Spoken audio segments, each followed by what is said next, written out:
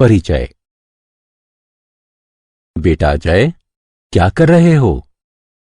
पिताजी, मैं पानी पीना चाहता हूं, इसलिए नल से पानी ले रहा हूं।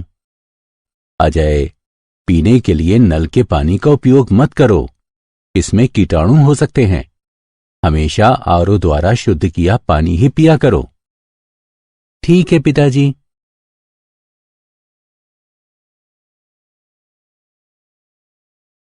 मैं आपसे कुछ पूछना चाहता हूं।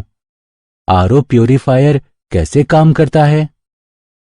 मैं तुम्हें बताता हूं। यह विपरीत परासरण के सिद्धांत पर काम करता है।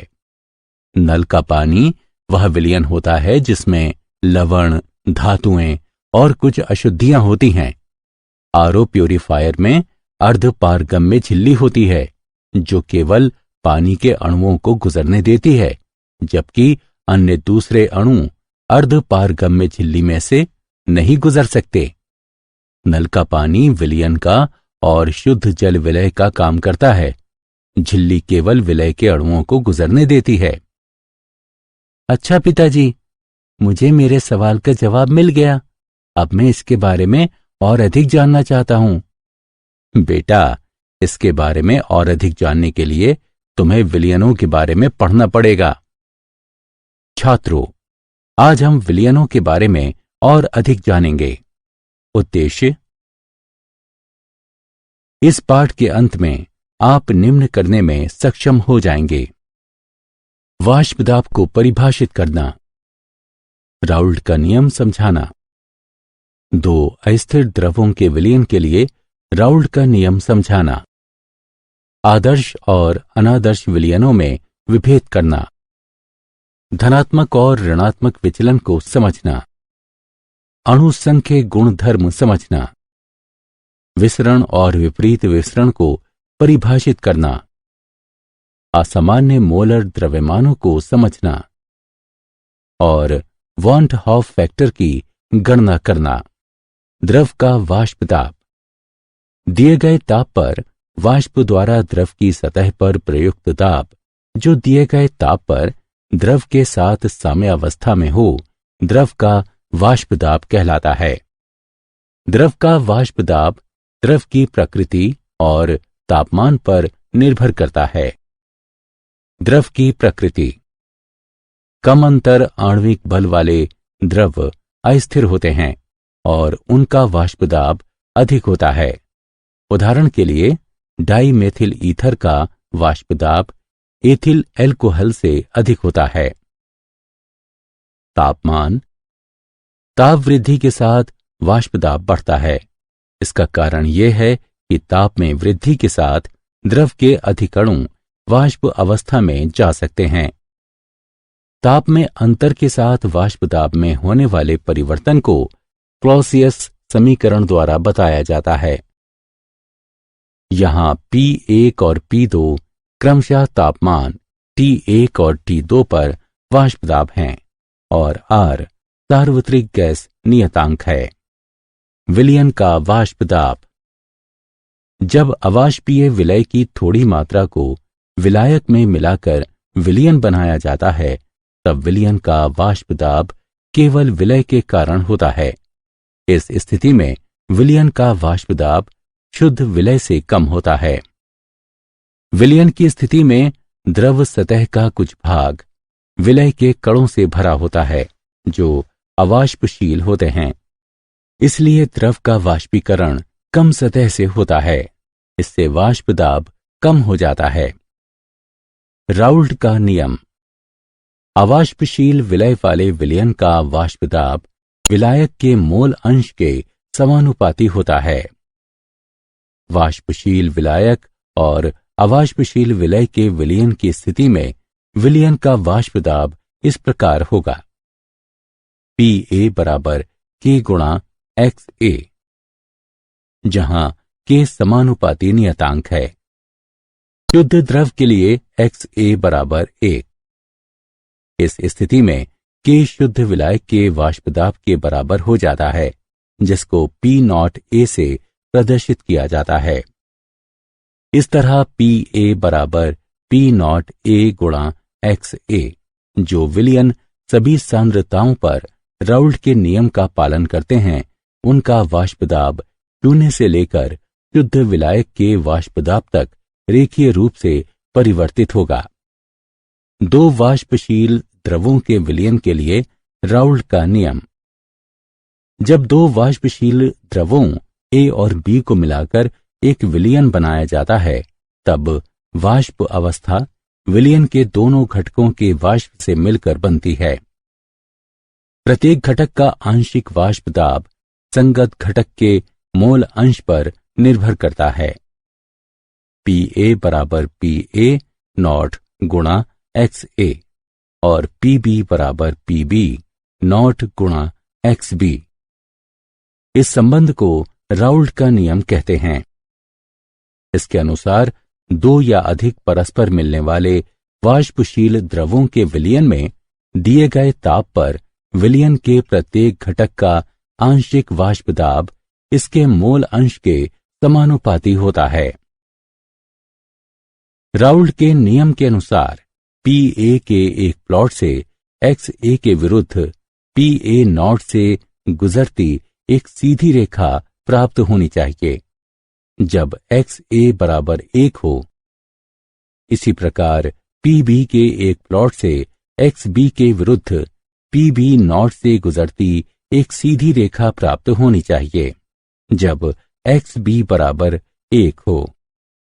कुल वाष्प दाब P जो विलयन के ऊपर वाष्प द्वारा लगाया गया है, वह PA और PB का योग होगा। P बराबर PA जमा PB।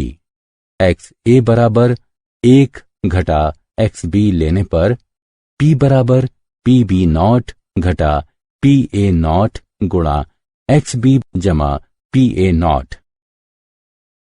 इसी प्रकार XB बराबर 1 घटा XA लेने पर P बराबर PA नॉट घटा PB नॉट गुणा XA जमा PB नॉट। क्योंकि PB नॉट तथा PA नॉट दिए गए ताप पर नियतांक है, इसलिए कुल दाब P XB अथवा XA का रेखीय फलन होगा। आदर्श विलयन। किसी विलयन को आदर्श विलयन कहा जाता है यदि वह निश्चित ताप पर और सांद्रता के बहुत अधिक सीमा तक राउल्ट के नियम का पालन करता है। एक आदर्श विलयन के लिए P बराबर PA जमा PB। इसको दूसरे रूप में भी लिख सकते हैं। P बराबर PA नॉट गुणा XA जमा PB नॉट गुणा XB। समान प्रकृति और आकृति के द्रवों के आदर्श विलयन बनाने की संभावना अधिक होती है। उदाहरण के लिए मेथनॉल और एथेनॉल का मिश्रण। आदर्श विलयन के निर्माण के कारण दो परस्पर मिलने वाले द्रवों A और B आदर्श होंगे यदि दो आवश्यक शर्तें पूरी हों। यदि A और B के अणुओं के मध्य लगने वाला आकर्षण बल A के अणुओं के मध्य लगने वाले आकर्षण बल और B के अणुओं के मध्य लगने वाले आकर्षण बल के बराबर होता है, A और B द्रवों का विलयन आदर्श होगा यदि A और B की समान संरचना और ध्रुवता होगी। आदर्श विलयन का उदाहरण। आइए आदर्श विलयन का उदाहरण देखें। बेंजीन और टोलुइन लगभग आदर्श विलयन बनाते हैं। 313 केल्विन पर शुद्ध बेंजीन और टोलुइन का वाष्प दाब क्रमशः पारे का 160 और 60 मिलीमीटर है। विलयन का व्यवहार आदर्श मानते हुए बेंजीन और टोलुइन के आंशिक दाब और उस विलयन के कुल वाष्प दाब की गणना कीजिए जो 4 मोल टोलुइन और 1 मोल बेंजीन से बना हो। आइए विलयन को देखें। हम जानते हैं कि बेंजीन का मोल अंश बराबर बेंजीन के मोल बटे बेंजीन के मोल जमा टोलुइन के मोल। अवकलित करने पर बेंजीन का मोल अंश बराबर 0.2 और टोलुइन का मोल अंश बराबर 0.8। इस प्रकार आंशिक दाब की गणना करने पर बेंजीन का आंशिक दाब बराबर पारे का 32 mm। इसी प्रकार टोलुइन का आंशिक दाब बराबर पारे का 48 mm। अतः विलयन का कुल वाष्प दाब बराबर पारे का 80 mm होगा। अनादर्श विलयन। जो विलयन सभी सांद्रताओं के लिए राउल्ट के नियम का पालन नहीं करता, अनादर्श विलयन कहलाता है। अनादर्श विलयन के लिए आवश्यक शर्तें। विलयन का कुल आयतन विलायक ए और विलायक बी के आयतनों के योग के बराबर नहीं होना चाहिए। ए के अणुओं के मध्य, बी के अणुओं के मध्य और ए और बी के अणुओं के मध्य होने वाली आणविक क्रियाएं विभिन्न परिमाणों की होती हैं। इसलिए ए और बी को मिलाने पर एंथैल्पी में परिवर्तन शून्य नहीं होगा। राउल्ट के नियम का पालन नहीं होता है। एक अनादर्श विलयन राउल्ट के नियम से धनात्मक अथवा ऋणात्मक विचलन दिखा सकता है। धनात्मक विचलन। जब प्रत्येक घटक का आंशिक दाब और परिणामी कुल दाब राउल्ट के नियम के अनुसार अपेक्षित दाब से अधिक हो तो विचलन को धनात्मक विचलन कहते हैं।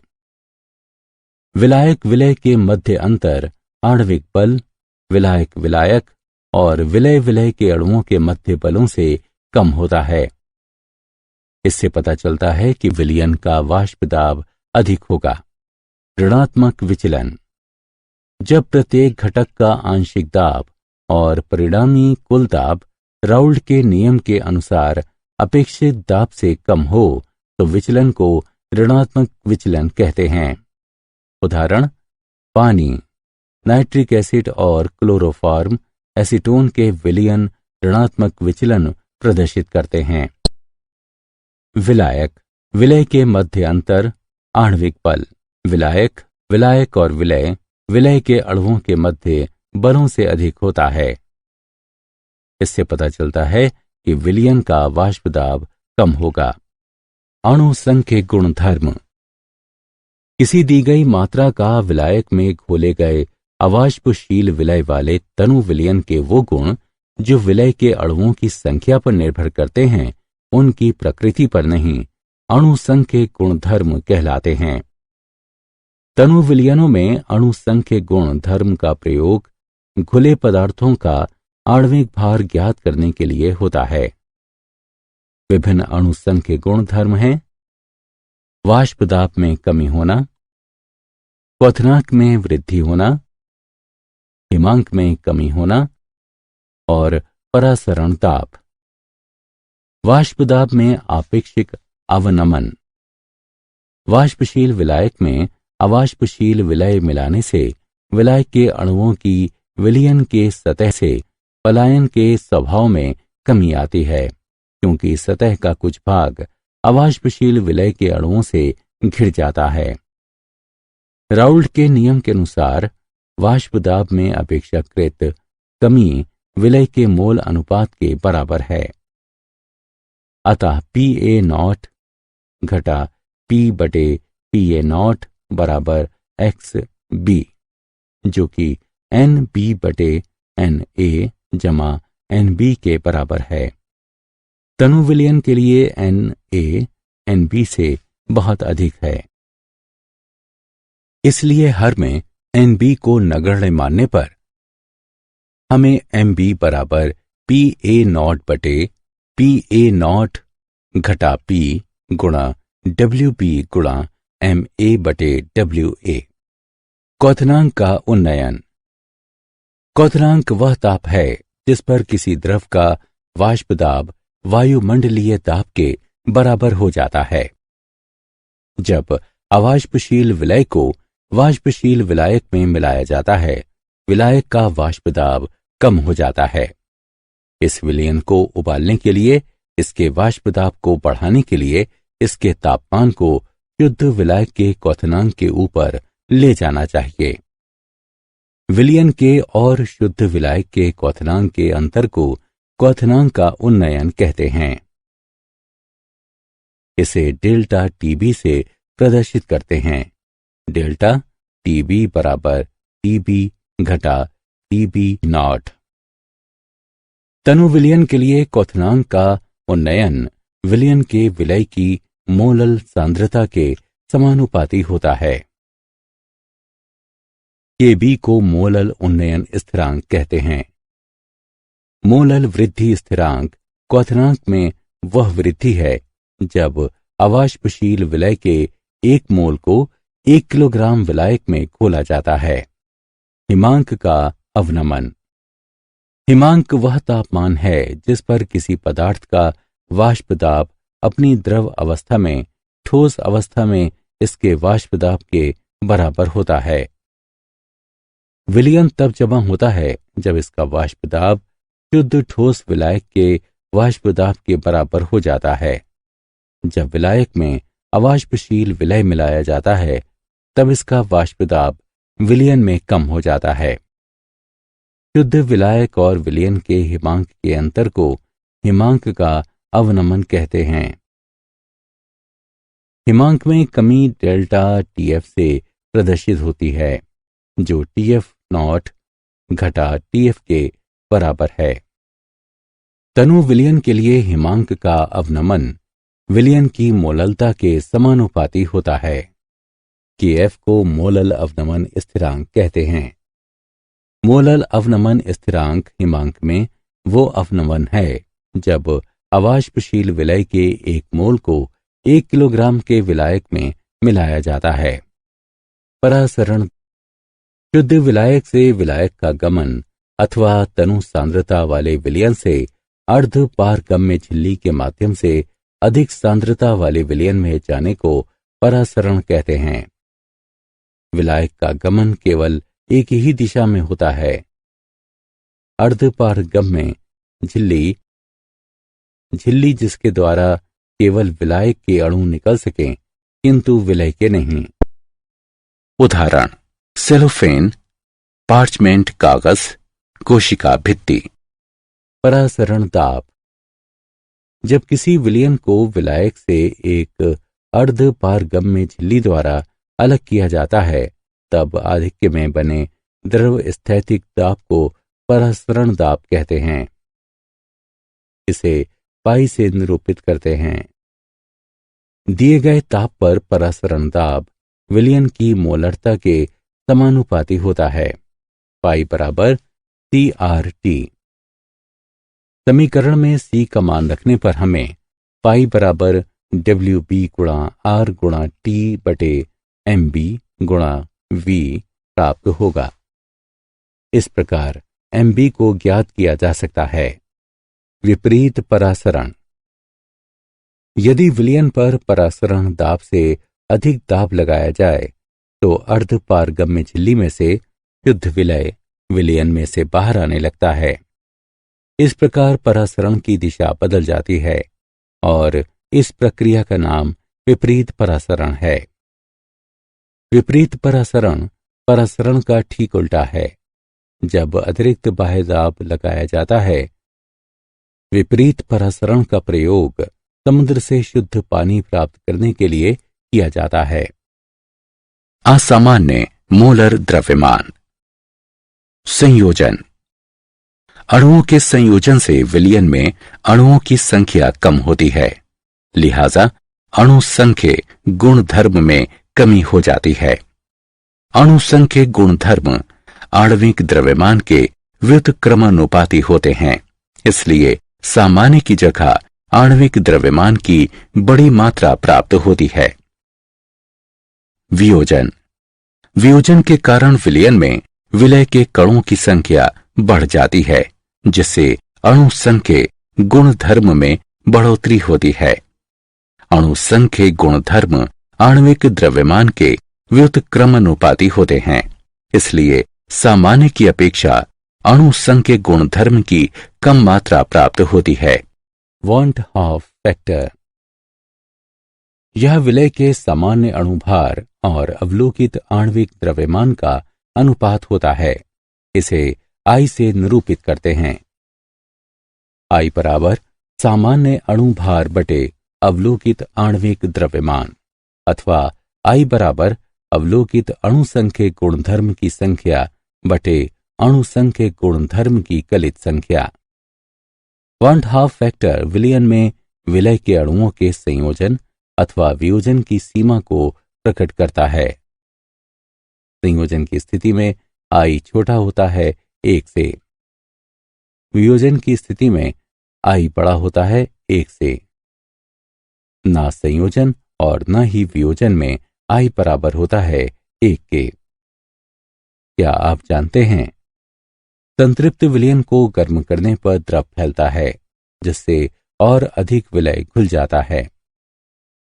संतृप्त विलयन को ठंडा करने या वाष्पित करने पर विलय के लिए कम जगह बचती है, इसलिए विलय अवक्षेपित होता है। अवक्षेपित विलय के अणु आपस में मिलकर ठोस क्रिस्टल बनाते हैं। परासरण शरीर क्रियाओं के लिए बहुत महत्वपूर्ण है, जिसमें गुर्दों और नसों की क्रियाविधि शामिल होती है। सारांश। आइए हमने जो कुछ सीखा है उसे संक्षेप में दोहराएं।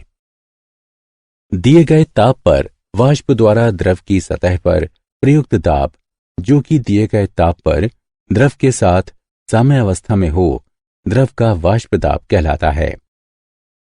जब विलायक के साथ में थोड़ी मात्रा में अवाष्पशील विलय मिलाकर विलयन बनाया जाता है, तब विलयन का वाष्प दाब घट जाता है। अवाष्पशील विलय वाले विलयन में वाष्प दाब विलायक के मोल अनुपात के समानुपाती होता है। दो परस्पर मिलने वाले वाष्पशील द्रवों के विलयन में विलयन के प्रत्येक घटक का आंशिक वाष्प दाब इसके मोल अनुपात के समानुपाती होता है। समान प्रकृति और आकृति के द्रवों के आदर्श विलयन बनाने की संभावना अधिक होती है। क्वथनांक वह ताप है जिस पर किसी द्रव का वाष्प दाब वायुमंडलीय ताप के बराबर हो जाता है। जब किसी विलयन को विलायक से एक अर्ध पारगम्य झिल्ली द्वारा अलग किया जाता है, तब आधिक्य में बने द्रव स्थैतिक दाब को परासरण दाब कहते हैं।